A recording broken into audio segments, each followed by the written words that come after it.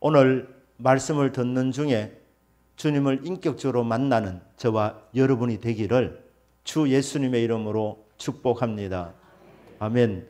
오늘 마가복음 10장은 예수님께서 예루살렘에 입성하기 전까지 이 땅에 오셔서 하나님의 백성들을 섬기셨던 모습이 기록되어져 있습니다. 예루살렘에 들어가시면 대제사장들과 종교 지도자들의 모의에 의해서 주님께서 붙잡히시고 십자가에서 못 박혀 죽임을 당하실 것을 예수님은 다 알고 계셨습니다. 그럼에도 불구하고 예루살렘에 입성하기 전까지 우리 주님은 두루 다니시면서 선한 일을 행하셨습니다. 전도하셨습니다. 하나님 나라 일을 증거하신 것입니다. 마지막입니다. 여리고, 물론 이곳이 예루살렘을 들어가는 관문이지만 이곳을 지나갔습니다. 이곳을 지나가신 것은 이곳에서 만나야 될 사람이 있기 때문에 그 사람 만나서 하나님께서 가지신 능력과 은혜를 베풀어 주시기 위해서 한 사람을 찾아오신 것입니다. 끝까지 섬기신 주님의 모습을 보게 됩니다. 이렇게 전도하시면서 예루살렘으로 가는 이 도상에서 예수님은 제자들에게 끊임없이 말씀하셨습니다. 섬겨야 된다. 잘 섬겨야 된다.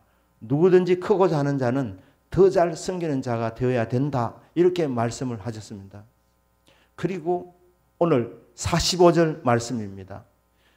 우리 성경에는 번역이 되어 있지 않지만 왜냐하면 왜 섬겨야 되느냐? 왜냐하면 인자가 온 것은 인자가 이 땅에 내려오신 것은 목적이 있었답니다. 목적이 뭡니까? 섬김을 받으려 함이 아니라 도리어 섬기려 하고 자기 목숨을 많은 사람의 또 다른 복음서에 보면 모든 사람의 다른 사람의 모든 사람의 대속물로 주기 위해서 속전으로 주기 위해서 자신의 몸을 바치기 위해서 이 땅으로 오셨다. 섬기시다가 마지막에는 자신의 몸을 바치신 최고의 섬기심을 보이신 주 예수 그리스도이십니다. 예수님이 누구신가? 예수님 자기를 인자로 소개합니다. 인자, 사람의 아들. 근데 이게 단순한 사람의 아들이 아니라 특별한 용어입니다. 다니엘서 7장 13절에 보면 내가 또 밤 환상 중에 보니 인자 같은 이가 하늘 구름을 타고 와서 여쪽부터 항상 계신 이에게 나아가 그 앞으로 인도되매 이래 나옵니다. 거기 보면 다니엘이 환상을 보았는데 밤에 기도하는 중에 환상의 문이 열렸는데 그때 인자 같은 이가 하늘 구름을 타고 왔다는 거예요. 예측부터 항상 계시니 하나님입니다. 영원하신 하나님 앞으로 인도되었다는 거예요. 이 인자 같은 이 인자가 바로 메시아를 가리킵니다. 14절에 보시면 그에게 하나님께서 권세와 영광과 능력을 부어주셨어요. 나라를 주셨습니다. 만 백성이 그에게 순종하도록 섬기도록 하나님이 하셨습니다. 그런데 그의 권세는 소멸되지 아니하는 영원한 권세이고 그의 나라는 멸망받지 아니하게 될 것이라. 인자이신 이분은 왕이라는 겁니다. 왕이신데 그가 다스리는 나라는 영원한 나라. 그의 권세는 영원히 소멸하지 아니하는 영원한 권세를 가지신 분. 그 인자가 누굽니까? 예수님입니다. 인자는 나는 메시아라는 특별한 호칭이었습니다. 메시아, 그리스도, 기름 부음 받은 자. 우리를 구원하시기 위해서 오시는 분, 인자. 예수님 누구십니까? 예수님은 메시아이십니다. 주는 그리스도시요 살아계신 하나님의 아들이라 베드로가 고백했지만 마가복음 8장 29절에서는 요약해서 한마디로 주는 그리스도십니다. 메시아이십니다. 주는 인자이십니다.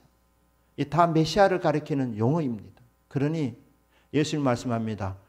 메시아인 나도 와서 섬겼다는 거예요. 섬겼다. 그러니 너희들도 섬겨라. 이렇게 말씀하시면서 주님이 오신 목적 크게 두 가지다. 하나는 섬기기 위해서 오셨다. 섬기려고 오셨다.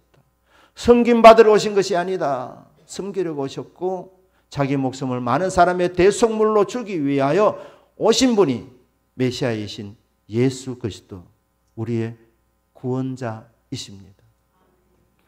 3년 공생의 기간 동안에 주님은 두루 다니시면서 섬겨 주셨습니다. 요한복음 10장 10절에 보면 도둑이 오는 것은 도둑질하고 죽이고 멸망시키는 것뿐이요 내가 온 것은 인자이신 예수님이 오신 목적은 내가 온 것은 양으로 생명을 얻게 하고 더 풍성히 얻게 하려는 것이라. 예수님 오신 목적 요한복음 10장에서는 양에게 생명을 주시고자 오신 것입니다. 그리고 풍성히 얻게 하려는 것이다. 풍성한 삶을 살도록 하기 위해서 주님이 오셨습니다. 사도행전 10장 38절에서는 하나님이 나사렛 예수에게 성령과 능력을 기름 붓듯 하셨으며 그가 두루 다니시며 선한 일을 행하시고 마귀에 눌린 모든 자를 고치셨으니 이는 하나님이 함께 하셨습니다. 여기는 주님이 이 땅에 오셔서 그렇게 수고하신 목적이 뭐냐? 그것은 마귀에게 눌린 자들이 있는데 병든 자들이 있는데 마귀에 매인 자들이 있는데 그들을 자유케 해주기 위해서 그들을 고쳐주시기 위해서 영육간에 약하고 병든 자들을 치료해 주시기 위해서 예수님께서 이 땅에 오셨다는 것입니다. 예수님은 구원자이시고 예수님은 치료자이십니다.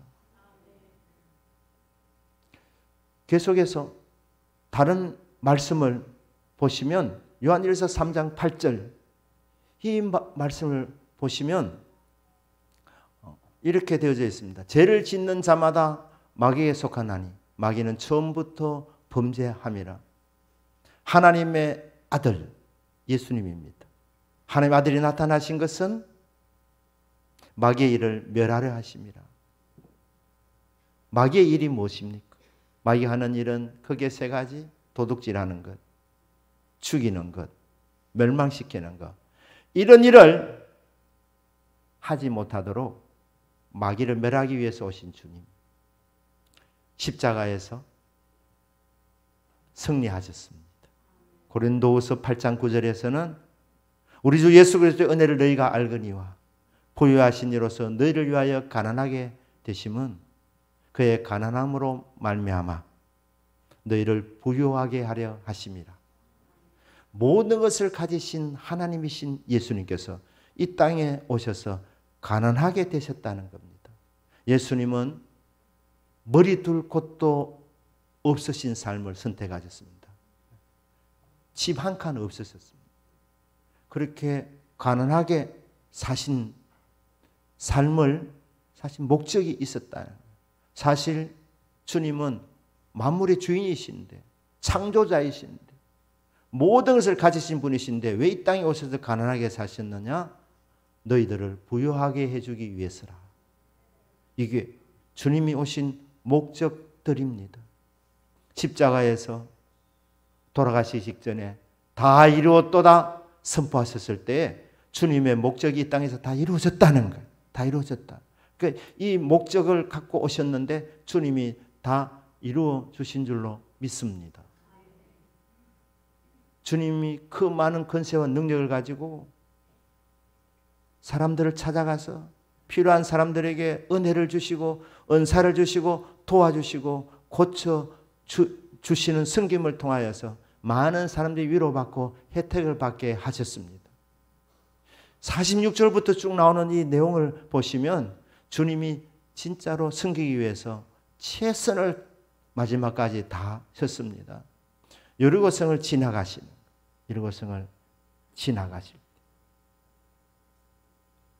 그 온 목적은 한 사람을 구원하기 위해서. 그 사람의 이름은 바디메오라고 합니다. 이름이 바디메오로 소개되어 있지만 사실은 이름이 없는 사람입니다. 왜냐하면 바디메오라는 말의 뜻이 바라는 말이 아들이라는 뜻입니다. 그러니까 디메오의 아들이라는, 자기 이름이 없어서 사람들이 바디메오, 디메오의 아들이라. 태어났는데 소경으로 났습니다. 앞을 보지 못하는 것은 바디메오에게 선천적인 것이었습니다. 앞을 보지 못하는 인생, 캄캄한 인생, 아무런 소망도 없는 인생이었습니다. 이름이 없다. 유대인들이 아들이 낳는데 호적에 올리지 않았다. 그러면 그건 인간 취급을 안 하는 것입니다. 상속자가 될 수 없는 인생입니다. 부모로부터 버림받은 인생이었습니다. 부모가 이름을 지어주지 않았으니까. 부모도 포기한 인생. 아무도 돌봐주지 아니하는 인생. 버림받은 인생. 앞을 보지 못하는 캄캄한 인생. 직업은 뭐 할 게 있습니까? 거지 아닙니까? 그것도 누가 데려다 주면 거기 가서 길목에 앉아가지고 질 가는 사람들에게 한 푼 주십시오 해서 하루하루 연명하면서 살아가는 그런 인생. 세상 사람들이 볼 때는 아무런 가치가 없는 그런 인생을 주님은 멸시하지 아니하시고 찾아오셨습니다. 주님이 지나가셨다고 이렇게 얘기하는 겁니다. 그런데 여리고는 살기 좋은 도시이기 때문에 사람이 많았습니다. 그 수많은 사람 가운데 주님께서 이 바디메오가 앉아서 구걸하는 그곳을 지나간 것입니다. 그것은 바디메오를 만나 주시기 위해서 여리고성을 지나가신 것입니다. 찾아오신 것입니다. 이것이 하나님의 은혜입니다. 저와 여러분을 주님이 찾아오실 때 뭐 조건이 좋아서 찾아온 것이 아닙니다. 그냥 우리를 사랑하셨기 때문에 은혜로 찾아오신 것입니다. 하나님 은혜로 이 바디메오에게 찾아왔습니다. 자, 주님이 오신 목적 첫째는 섬기기 위해서 오신 것이고, 두 번째는 자기 목숨을 많은 사람의 대속물로 주기 위해서 섬기시다가 마지막에는 자신의 육신까지 바치신 예수 그리스도입니다. 대속물이 뭡니까? 죄의 삭은 사망입니다. 이 죄값을 지불하려면 누가 죽어야 되는 겁니다. 예수님이 속전, 대속물, 속죄물이 되신 것입니다. 대신 바치셔서 피값을 지불하셔서 구원해 주신 대속물이 되신 분이 예수 그리스도. 십자가에서 저와 여러분의 죄를 대신 담당하시고 십자가에서 죽으신 것입니다. 우리를 고쳐주시고 우리를 위로해 주시고 생명 주시고 풍성한 삶을 살게 하신 여러 가지 목적들이 이루어지고 있지만 또 이루어졌지만 예수님 오신 궁극적인 목적은 영혼을 구원시키는 것입니다. 하나님의 자녀로 만들어 천국 시민이 되게 해주시는 것. 이것이 주님이 오신 궁극의 목적입니다. 우리를 구원하시기 위해서 대신 피값을 지불하신 분. 예수 그리스도 아닙니까? 그 인자, 메시아가 온 목적은 너희들을 섬기기 위해서 왔고 마지막에는 대속물이 되어서 십자가에서 죽기 위해서 그렇게 해야지 너희들이 구원받기 때문에 구원하기 위해서 오신 구세주라고 이렇게 우리에게 알려주고 계십니다. 그런 목적으로 오신 주님이 이 세상에서 마지막 전도하는 이 여정에 여리고성에 바디메오를 만나 주십니다. 찾아오시는 이 예수님께 바디메오가 어떤 반응을 보입니까? 그날따라 느낌이 이상했습니다. 수많은 사람들이 지나가는 겁니다. 평상시보다 더 많은 사람들이 지나가니까 이게 무슨 일인가 하는데 소리가 들립니다. 나사렛 예수시다. 이 소리를 들었습니다.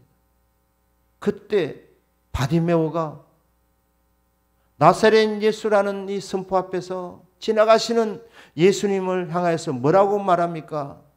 다윗의 자손 예수여, 나를 불쌍히 여겨 주십시오. 나사렛 예수라고 사람들이 말했습니다. 왜냐하면 예수님은 나사렛 출신이기 때문입니다. 예수라는 이름은 여호수아, 호세아, 예수 다 같은 말입니다. 좋은 이름이기 때문에 예수라는 이름이 예수님 당시에도 많았습니다.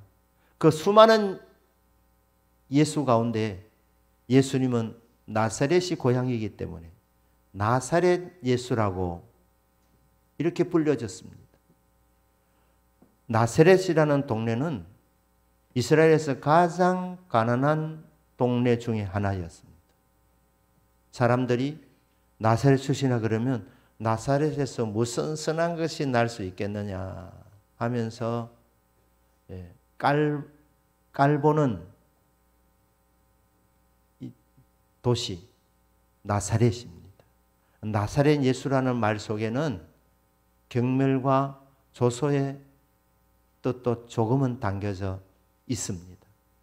사람들이 나사렛 예수다, 나사렛 출신의 예수다 이랬을 때에 이 바디메오도 그 호칭에 동조할 수도 있지만 동조하지 않고 뭐라고 말합니까? 다윗의 자손 예수여. 사람들은 나사렛 예수라고 하는데 바디메오는 다윗의 자손, 다윗의 후손 예수여. 호칭이 달랐습니다. 다윗의 자손, 다니엘서 7장 14절이나 장차 오게 될 왕, 영원히 통치할 영원한 나라의 왕, 다윗의 후손 오시는 분은 메시아입니다. 그러니 예수님이 자기를 가리켜서 인자라고 하는 용어나 바디메오가 다윗의 자손이여 불렀던 그 용어는 의미는 다 당신은 그리스도라는 뜻입니다. 그리스도, 기름 부음 받은 자, 메시아 같은 뜻입니다. 당신은 기름 부음 받은 자, 우리들이 그토록 기다리는 다윗의 후손 메시아이십니다. 이 고백을 한 것입니다. 그러면서 큰 소리로 다윗의 자손 예수여 나를 불쌍히 여기소서. 그런데 앞을 보지 못하는 이 거지를 사람들이 무시했습니다. 예수님이 지나가는데 시끄럽다 이렇게. 그때 이 바디메오가 상처받지 않습니다. 기죽지 않습니다. 시험 들지 않습니다. 믿음이 있으면 사람들의 조롱과 멸시, 천대 그런데 신경 쓰지 않습니다. 주님 만나야 되는데, 주님 만나면 사는데, 주님 만나면 구원받는데 사람들이 옆에서 좀 방해 놓는다고 거기에 신경 쓸 겨를이 없는 것입니다. 그러니 뭐라고 말합니까? 이 바디메오가 더 크게 외칩니다. 다윗의 자손이여 나를 불쌍히 여기소서. 더 크게 소리를 지를 때 예수님이 가던 발걸음을 멈춥니다. 기다리던 고백이었습니다. 기다리던 반응이었습니다. 예수님이 걸음을 멈추시고 뒤를 돌아보시면서 산대에 말합니다. 그를 부르라. 바디메오가 주님의 부름을 받습니다.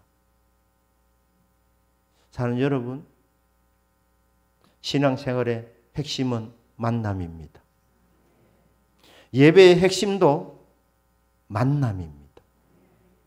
여러분 예배를 드릴 때에 하나님께서는 신령과 진정으로 드리는 예배를 받으십니다. 그 예배를 받으시고 그 주님은 예배자들을 찾으신다고 말씀했습니다. 우리 곁에 오시는 겁니다. 오셔서 지나가시는 겁니다. 우리의 믿음을 북돋우어서 우리로 하여금 주님을 붙잡도록 주님이 오셔서 지나가시는 거예요. 오늘 이 자리에도 주님이 임재하신 줄로 믿습니다. 그 근거는 두세 사람이 내 이름으로 모인 곳에는 나도 그들 중에 있느니라. 주님이 약속하신 말씀입니다. 비록 우리 육안으로는 보이지 않지만 주님은 이 자리에 임재해 계시는 것입니다. 왜 이곳으로 찾아오십니까? 우리를 1대1로 만나주시기 위해서 찾아오시는 겁니다. 신앙생활은 도매금으로 넘어가는 게 아닙니다.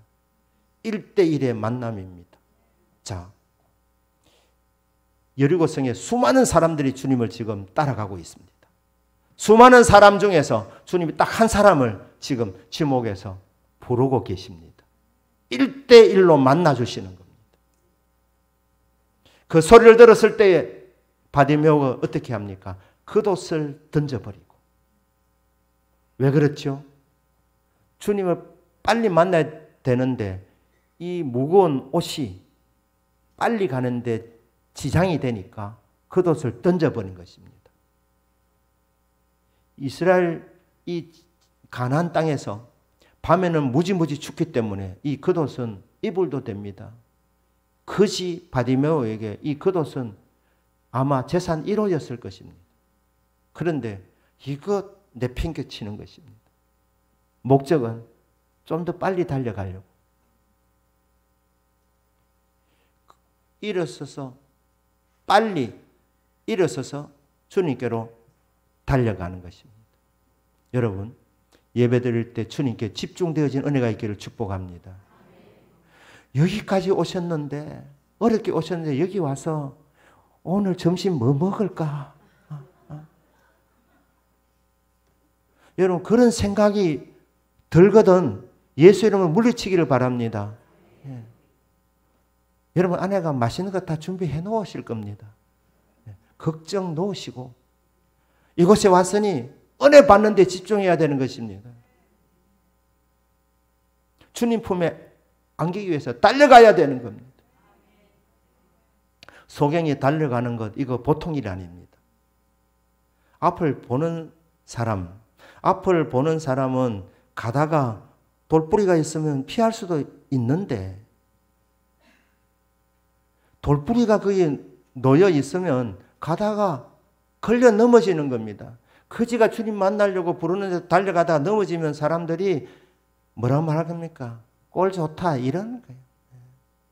참 사람들은 얼마나 냉정한지 모릅니다. 주님 만나러 지금 가다가 넘어지면 가서 붙들어 주는 거, 그런 사람들은 특별한 사람들이고 대부분은 조롱하는 거예요.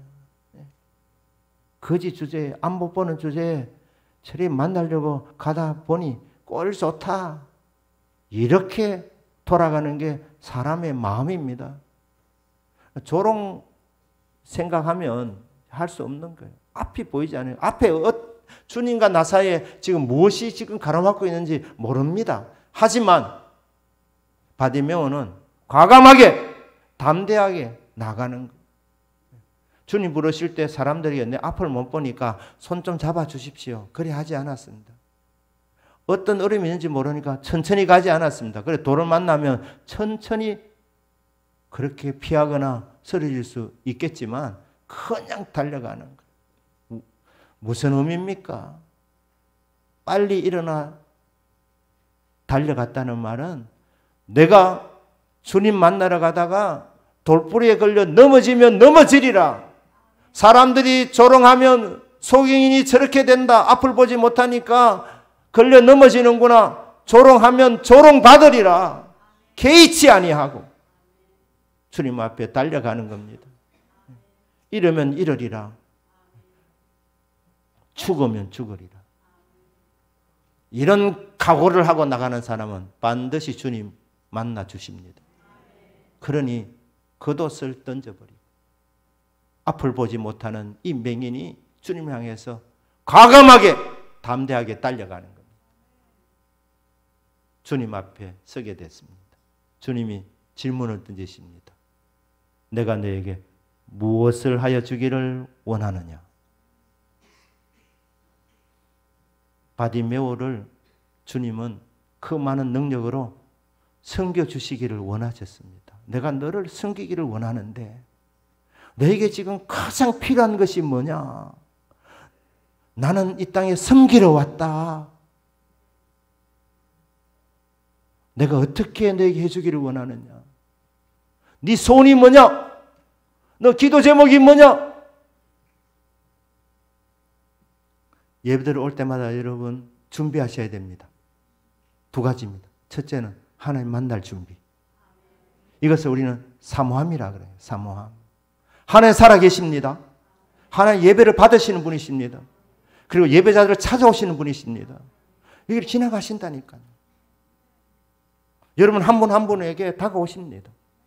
그러니까 주님을 만날 준비를 하셔야 되는 겁니다. 그리고 두 번째는 질문에 주님이 질문을 하신다니까요. 1대1로 딱 독대할 때 주님 나에게 물으십니다. 너 무엇을 원하니? 무엇을 원하니? 바디메오가 뭐라고 답합니까? 주여 보기를 원하나이다. 주님 앞에 기도하실 때 가장 절실한 거 하나를 내놓는 거예요. 기도는 단순한 기도가 능력 있는 기도입니다. 그러니까 기도 제목할 때도 하나님 눈뜨기를 원하면 이러면 되는데 하나님 청고마비의 계절이 왔습니다.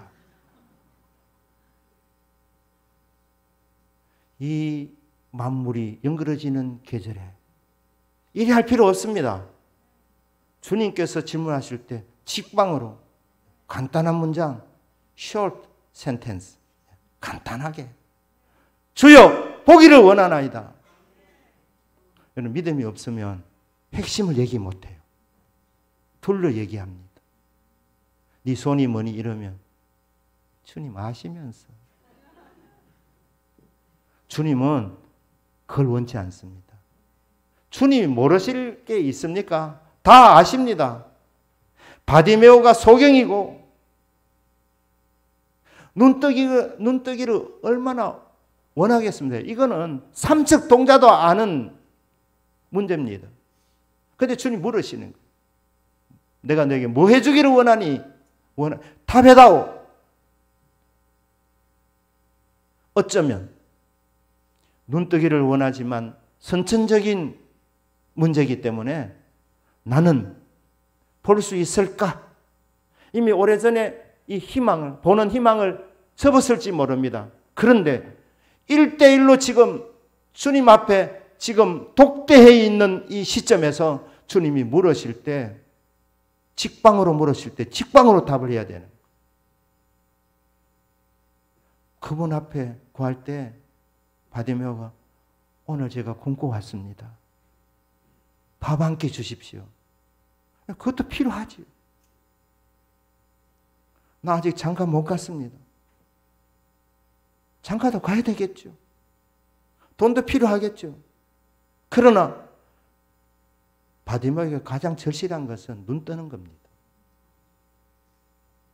여러분 지금까지 신앙생활 오시면서 주님으로부터 많은 응답을 받으실 줄 믿습니다. 그렇지만 오늘 이 시점에서 주님 만나는 이 시간에 여러분에게 지금 가장 절실한 문제 또 있는 겁니다. 그러면 어떻게 해야 되겠습니까? 주님께 내 가장 절실한 문제를 알아야 되는 거예요. 사랑하는 딸아, 사랑하는 아들아, 나는 너를 사랑한다. 내가 여기 와 있다. 내가 너에게 무엇을 해주기를 원하니? 그럴 때 여러분의 간절한 소원, 지금 내가 당면하고 있는 가장 절실한 문제, 그 문제를 가장 간단한 문장으로 준비해 오셔서 주님 앞에 주님이 물으실 때 주여 내가 이런 소원을 갖고 있습니다.